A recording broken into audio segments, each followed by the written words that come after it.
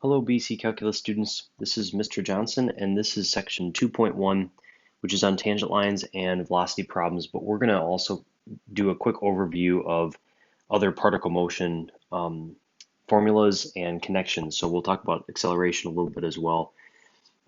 First opener here is the equation of a tangent line in point slope form. We've reviewed this already, but it's always good to make sure we have this down. So if you have a point and a slope, and again, often our slope is a derivative, then you can use our point slope form for the equation of a tangent line. And we'll do that in one of our examples here shortly. Okay, we're going to talk a little bit about average velocity and acceleration, and then also instantaneous velocity and acceleration. And if you need some more space, if you have the paper copy of our notes, you can go all the way to the end of the white portion, and there is some blank pages there that you can utilize just for extra notes. This might take up more space than what is in the paper portion here. I'm going to sort of go off to the side so that I have some extra space. But what I want to just quickly outline and review with you, this is all from AB, is the idea of average versus instantaneous. So let's take a look at average velocity first. Now, if you had, let's say, the graph of a position of a particle, so let's call the position S of t, which the position can be labeled as all sorts of things. S of t is just one of the examples that it could be. So let's say you have this position that's S of t, and you have your graph for the position of an object, which maybe looks like this. If you were to draw a tangent, or excuse me, a secant line on that graph between 2 points, then if we were to calculate the slope of that secant line between, let's say, time 1 and time 2, this would give us the average velocity. So the equation for that would be just simply the position at time 2 minus the position at time 1 divided by time 2 minus time 1. Okay, now this is the slope of that secant line as well. So that's one of our very simple calculations for average velocity. You may have also seen this just as the average velocity equal to the change in position over the change in time. And so again, to calculate average velocity, you may use this formula. Now let's make a connection then really quickly to the average acceleration.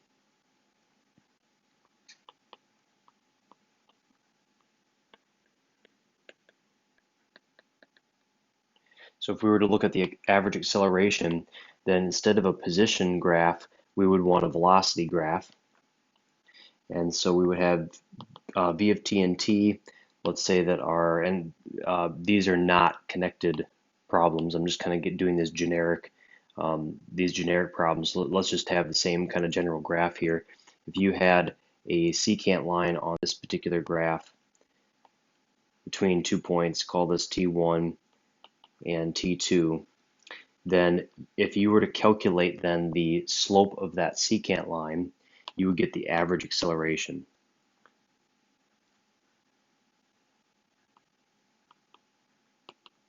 So it would be the velocity at time 2 minus the velocity at time 1 divided by time 2 minus time 1. Or you could think of it in a similar way. You could think of it as the change in velocity over the change in time. Okay, so both of these ideas, these are average rates of change. These are slopes of secant lines. This is looking at an interval of a particular graph, and you can calculate the average velocity or the average acceleration in either case. Now, if you remember, we talked about averages with integration as well last year. That happened in chapter 5. And so we have the slope formula, the difference quotient, that shows us how to calculate an average between 2 points. However, depending on the problem, you may not have really any information about the position. So maybe the position equation is something that is unattainable. Maybe there's not enough information in the problem to get the position equation, or go down to the next layer of this. Maybe there's not enough information to get the velocity equation. If you're needing to calculate the average velocity or the average acceleration, and yet you don't have enough information to utilize sort of this simple slope formula, you may have to use integration to calculate.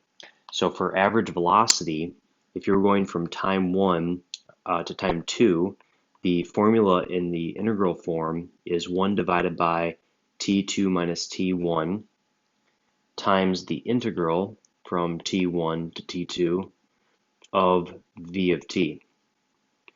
So the question is, when you look at these two, are these two equations right here, that I'm bracketing here, are these the same? And in AB, some of those connections are made and it starts to make some sense. In BC, my hope is that now you can put all this stuff together. I mean, technically we're doing chapter 2, which is on limits, and yet we're making these connections from last year's AB. Right now, I'm not even talking about limits yet. All I'm talking about is just slopes and integrals and how these connect. Both of these equations are identical, and one of the ways that we can see this is through our knowledge of the fundamental theorem of calculus. So if we were to take, for instance, the integral from t1 to t2 of v of t dt, the antiderivative is the position evaluated at the upper limit minus the antiderivative of the position divided by, of the lower limit. And so you can see that, I'm going to highlight this for a second and I'll take it away so it's not so messy. You can see that this portion of our equation is identical to the numerator due to the fundamental theorem of calculus. And then of course, the 1 over t squared minus 1 is exactly the same as this. It just doesn't have the 1 over, but it's the same algebraic equivalence. So we can see that these two equations are identical. They both find the average velocity. It just depends on what we're given in the problem. And I'm going to show you some examples of that. You could then make a similar conclusion for the average acceleration. So we have 1 over t2 minus t1 of the integral from t1 to t2 of the acceleration. And you can utilize the same fundamental theorem idea here, and you can connect this formula in the slope form with this formula with the integral form. Those are perfectly equivalent. They both find the average acceleration. Notice that the integral form utilizes the equation for the acceleration, while the slope form utilizes the velocity equation. Okay, so now let's make a connection to the instantaneous velocity or the instantaneous acceleration. So with instantaneous velocity,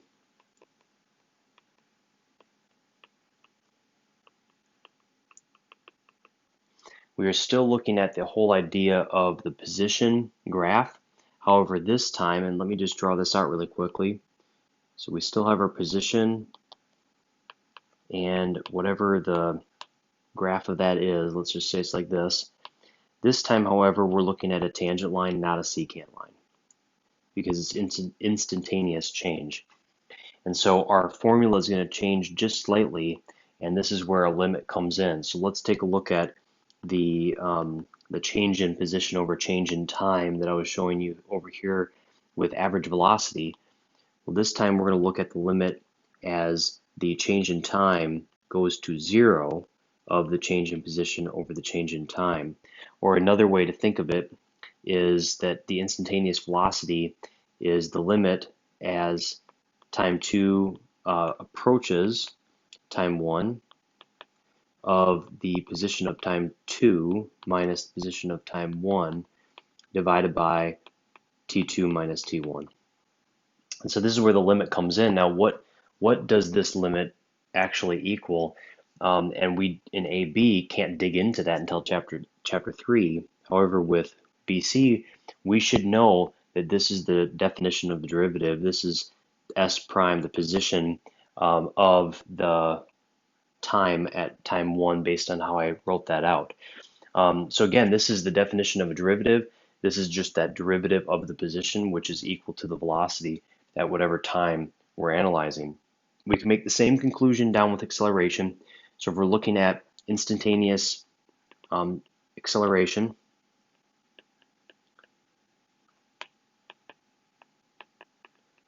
we have the limit as the change in time goes to 0 of the change in velocity over the change in time.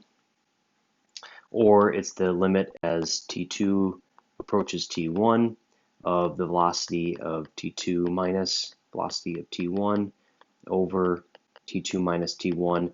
And we know that this is the definition of the derivative. This is v prime. This is the derivative of velocity, which we know is equal to acceleration. So my hope is that that gives you a nice overview of what we had done in AB calculus with regard to the simple particle motion. All that stuff should be review, but again, some of that can get a little bit fuzzy over time. We're going to do a couple examples here together, and then your homework will dig into this a little bit more. I think one of the most challenging aspects of this is the wording. So if it asks for average velocity, for instance, I think it's easy to get mixed up as to what you're trying to calculate. So the goal in our practice is just to make sure we understand which formulas to use, what knowledge to apply.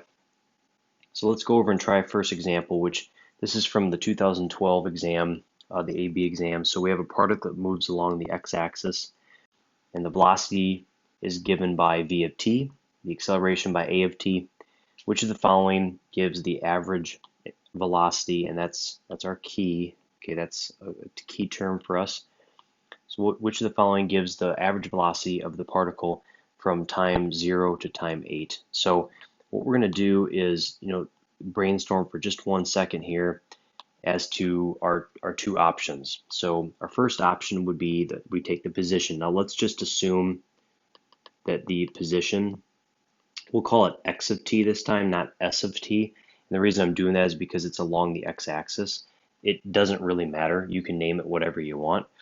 But let's say we're looking for the average velocity and we want to take x of 8 minus x of 0, and we want to divide by 8 minus 0. So the question is, will that calculate the average velocity? And the answer is absolutely yes. However, is it possible given the problem that we're looking at? And that answer is no. We do not know enough information. We don't know what the equation is for the position. We're also not given this equation in our letter choices, and so we're really not able to do anything with that, and it doesn't connect to any of our answers.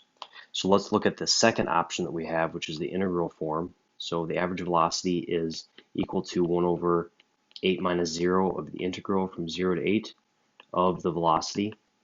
And this is just our second method of calculating average velocity, and that is option B. Okay, let's move on to example 2. All right, for example 2, we're looking at way back in 1985, the AB exam, and it says the position of a particle moves along a straight line at any given time t, and the position is given by the equation s of t. What is the acceleration of the particle when t is 4? So clearly it's not an interval.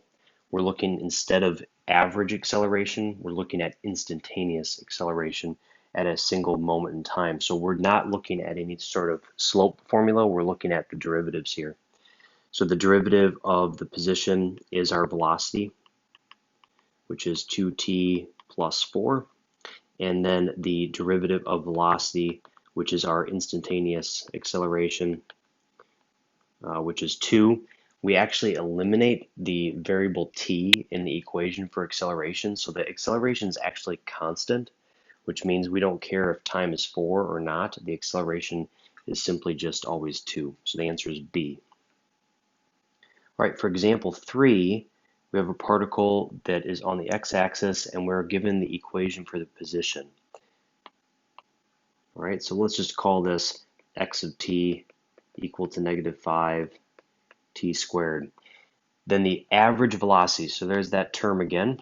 It's the average velocity of the particle over the interval 0 to 3. All right, so let's organize really quickly. We have our position at 3 minus the position at 0 divided by 3 minus 0. Or we could use 1 over 3 minus 0 of the integral from 0 to 3 of the velocity. Now in this case, we have the equation for the position. So if we were to use the integral form, we would have to think about that anyway. So what we're going to focus on is just using our position equation, which is just the difference quotient, the slope. So we have -5, and then we're going to plug in 3. So we have 3 squared minus -5, and then we'll plug in 0 squared and divide that by 3 minus 0. Simplify that all down, and we will get, let's see, -15, which is option C. All right, our last example for this section is going to be the equation of the tangent line at the point of inflection. Now, the point of inflection is something we obviously did last year a lot.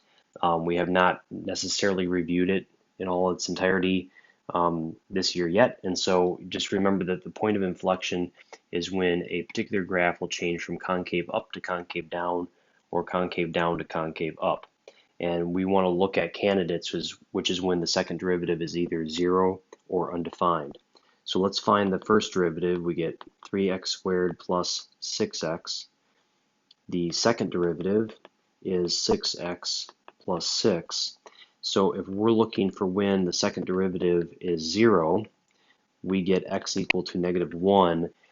We don't get any values for when it's undefined. So the only candidate here is when x is -1. Now, we know based on the answers that there is an actual point of inflection, but you can confirm that the point of inflection exists by making sure that there is a sign change at -1. So if we're looking at the second derivative, if we look to the left of -1, let's say -2, then what we have is a negative value for the second derivative function. If we look to the right of -1, like let's say 0, we get a positive value. So there's clearly a sign change here on the second derivative, and so this is in fact a point of inflection. All right, so what we're going to do is look for the tangent line at the point of inflection. So what we need first is the slope. So let's do the derivative at -1. We have 3 times -1 squared plus 6 times -1. That's going to give us 3 minus 6, so we get -3. That's our slope. We have the x value. We also need the y value. So let's find the y value by substituting in -1 in the original. So we have -1 cubed plus 3 times -1 squared plus 2. And that gives us -1 plus 3 plus 2. So that's going to give us 4. And again, remember that's y. So what we have is y equal to 4. And then we have x is equal to -1. And then we have our slope, which is going to be -3. And we put it all together into our equation. I'm going to use point slope form because that's what I have here. So I have a point. I have a slope. They want the answer in y-intercept form. So we just have to change this a little bit. So we have -3x minus 3, and we get y equals -3x plus 1, which is option B. Okay, that does it for us for section 2.1. You have some practice for your homework there. The next video you will view will be on section 2.2. Thanks.